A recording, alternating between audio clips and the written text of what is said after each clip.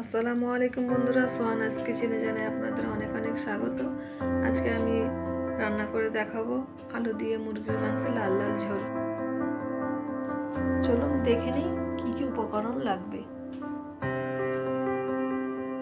এখানে আমি নিয়ে নিয়েছি 500 গ্রামের মতো মুরগির মাংস, কেটে নিয়েছি কয়েকটি আলু, আর লাগবে সরিষার তেল, একটু হলুদ গুঁড়ো, লঙ্কা গুঁড়ো, লবণ, ধনিয়া গুঁড়ো আর জিরা মরিচের গুঁড়ো। আর নেব দুটো বড় সাইজের পেঁয়াজ কুচি, লাগবে দুটো তেজপাতা, একটু ফুড কালার, আর একটু কুচিয়ে নিয়েছি ধনে পাতা, আর একটু আদা রসুন বাটা। চুলায় ফ্রাই প্যান বসিয়ে নিয়েছি। প্রথমে একটু সরিষার তেল দিয়ে মুরগির মাংসটি একটু হালকা করে ভেজে নেব। তেল গরম হয়ে এসছে, এর উপর দিয়েছি মুরগির মাংসগুলো, তার উপর দিয়ে দেবো অল্প একটু ফুড কালার। সব মাংসের সাথে ভালো করে মিশিয়ে দিয়ে ভালো মতো করে একটু ভেজে নেব।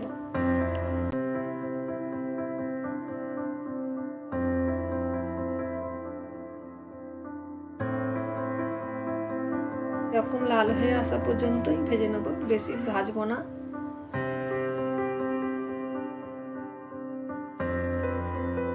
এক এক করে মুরগির মাংসগুলি একটি পাত্রে তুলে নিচ্ছি। আবার একই তেলে আমি আলুগুলো একটু হালকা করে ভেজে নেব।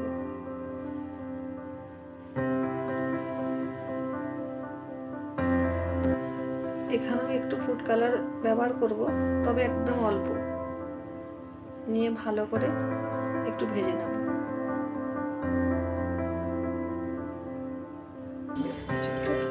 তারপরে বসিয়ে দিয়েছি রান্নার জন্য কড়াই, তার মধ্যে বেশ কিছুটা সরিষার তেল নিয়ে নিচ্ছি, ওই 1 কাপের মতো।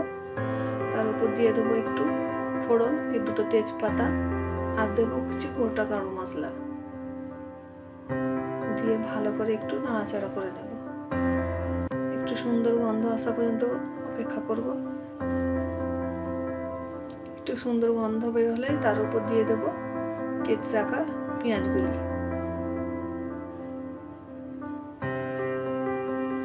পেঁয়াজগুলি দিয়ে ভালো করে নাড়াচাড়া করতে থাকবো। তো এখানে একটা কথা বলি, পেঁয়াজগুলো যাতে তাড়াতাড়ি সিদ্ধ হয়ে আসে বা লাল হয়ে আসে, তার জন্য আমি এখানে লবণটা দিয়ে দেব।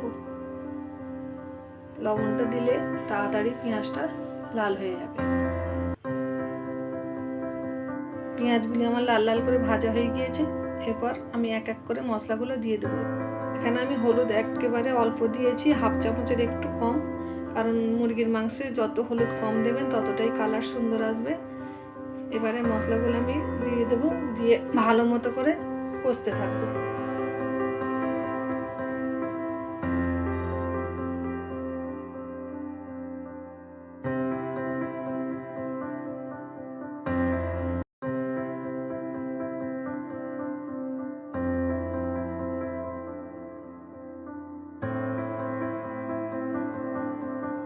মশলাগুলো যাতে না পুড়ে যায়, আমি একটু অল্প জল দিয়ে দিয়েছি, দিয়ে ভালো করে নাড়াচাড়া করে নিয়ে একটু আদা দিয়ে দিয়েছি, আদা রসুন বাটা দিয়ে আবারও ভালো করে কষতে থাকবো। আর একটু করে জল দিতে থাকবো যাতে মশলাটা নিচে ধরে না যায়।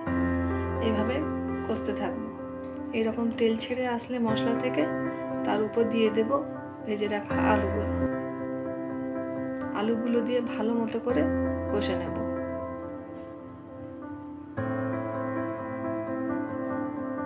এই রান্নায় কিন্তু আমি জল একবারে অনেক একসঙ্গে ব্যবহার করিনি, আপনারা দেখলে লক্ষ্য করলে বুঝতে পারবেন। আমি অল্প অল্প জল দিয়েছি আর মাংস রান্নাটা করেছি। একটু একটু জল দেবো আর এইভাবে কষতে থাকবো। প্রায় 5 মিনিটের মতো কষে নেব। তার উপর দিয়ে দেবো ভেজে রাখা মুরগির মাংসগুলো, দিয়ে আবারও ভালো করে আলুর সঙ্গে মাংসগুলো কষিয়ে নেব। জল কিন্তু আমি একেবারে অল্প অল্প করে দিচ্ছি আর মাংসগুলো কষছি।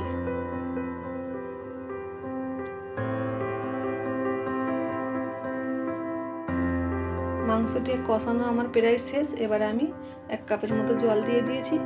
আলুটা সিদ্ধ হওয়া পর্যন্ত আমি আঁচে বসিয়ে রাখবো। আমার রান্নাটা প্রায় হয়ে এসছে, দেখুন আমার আলুটা কত সুন্দর নরম হয়ে গিয়েছে। আমার রান্নাটা কিন্তু এখানেই মোটামুটি শেষ। এবারে আমি উপর থেকে একটু ছড়িয়ে দেবো গরম মশলা গুঁড়ো আর আর একটু ধনিয়া পাতা।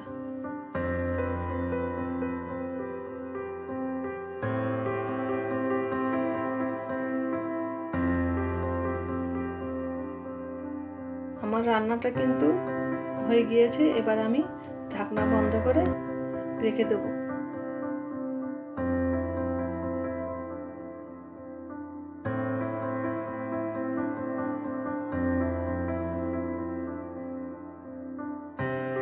এই তরকারিটি আপনারা লুচি, পরোটা বা পোলাও ভাতের সঙ্গেও খেতে পারেন।